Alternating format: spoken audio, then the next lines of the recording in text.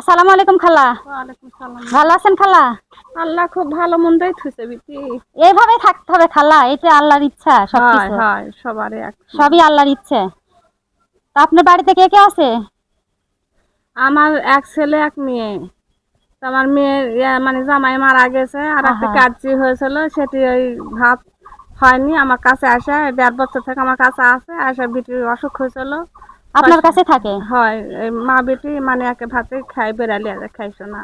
ও, সকালবেলা খাইছেন খালা? হ্যাঁ মা সকালে না কিছু আনা পান্তা পানি খেয়ে দেয় পারাইছি। ও,